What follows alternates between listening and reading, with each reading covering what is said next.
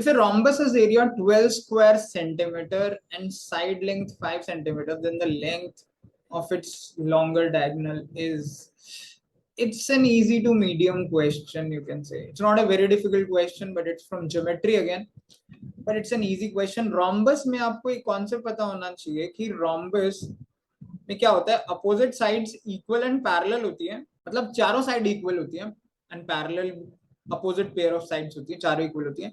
But एक और important catch इसमें ये है कि इसकी जो डायगोनल्स होती है ना, वो हमेशा 90 डिग्री पे बाइसेक्ट करती है। That is the important thing. और ये इक्वल नहीं होती है, राइट?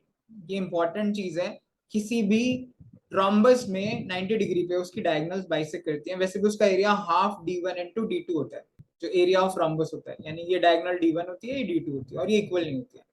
अब इस केस में क्योंकि रॉम्बस का एरिया 12 है, 12, तो मैं निकाल सकता हूँ। चलो मान लीजिए, पहले मैं हिसाब लगा लेता हूँ, ये इंटरसेक्ट कर रही है O पर, ठीक है?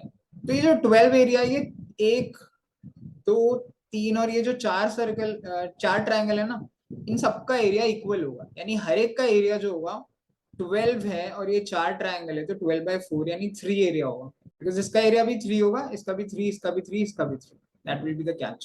सो लेट्स अज्यूम O जो C है ये X है एंड OB जो है वो Y है, राइट? लेट्स अज्यूम दैट, क्योंकि इसका मतलब है जो मेरी पूरी जो डायगोनल होगी AC, वो X का डबल यानी 2X होगी, और जो दूसरी BD है वो मेरी पूरी डायगोनल 2Y होगी। मैं पूरी x मानता और फिर दूसरी आधी को x/2 मानता, वो ज्यादा डिफिकल्ट होता।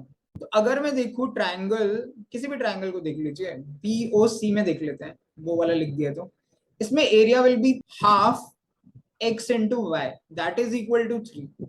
इससे क्या आ रहा है, x into y is equal to 6।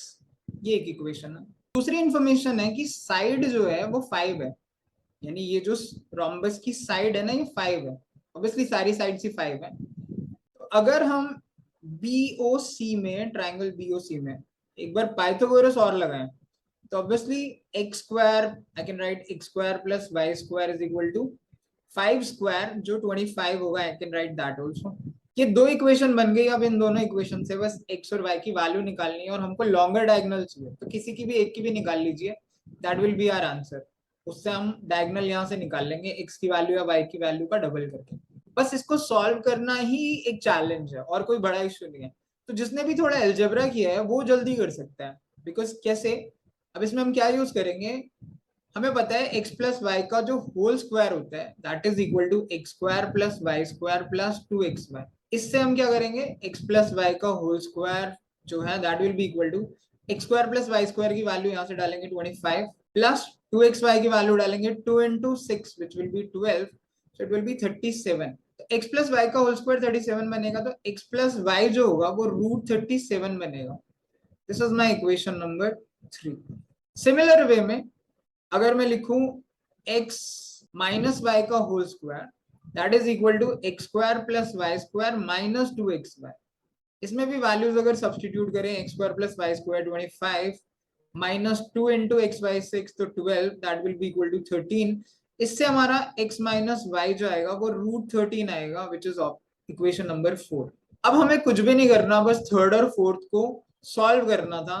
और लॉन्गर साइड के लिए क्या करते हैं, इन दोनों को ऐड कर देते हैं, इक्वेशन 3 और 4 को। 3 और 4 को ऐड कर दो तो ये y से y कट जाएगा, and it will be x plus x which is 2x which is equal to root 37 plus root 13। And just make sure you know कि हमारी एक जो डायगोनल है वो 2x ही है। ऐसा ना हो कि हम x की वैल्यू निकाल दें और उसे आंसर मार्क कर दें, बिकॉज शायद एक ऑप्शन ऐसा भी है रूट 37 प्लस रूट 13/2, बिकॉज ये जो ऑप्शन है डी, ये हाफ डायगोनल है, पूरी डायगोनल नहीं है। तो पूरी डायगोनल क्या है, बिकॉज पूरी डायगोनल है 2x, that is root 37 plus root 13, this is option number b and which will be our answer. So it's an easy question from rhombus.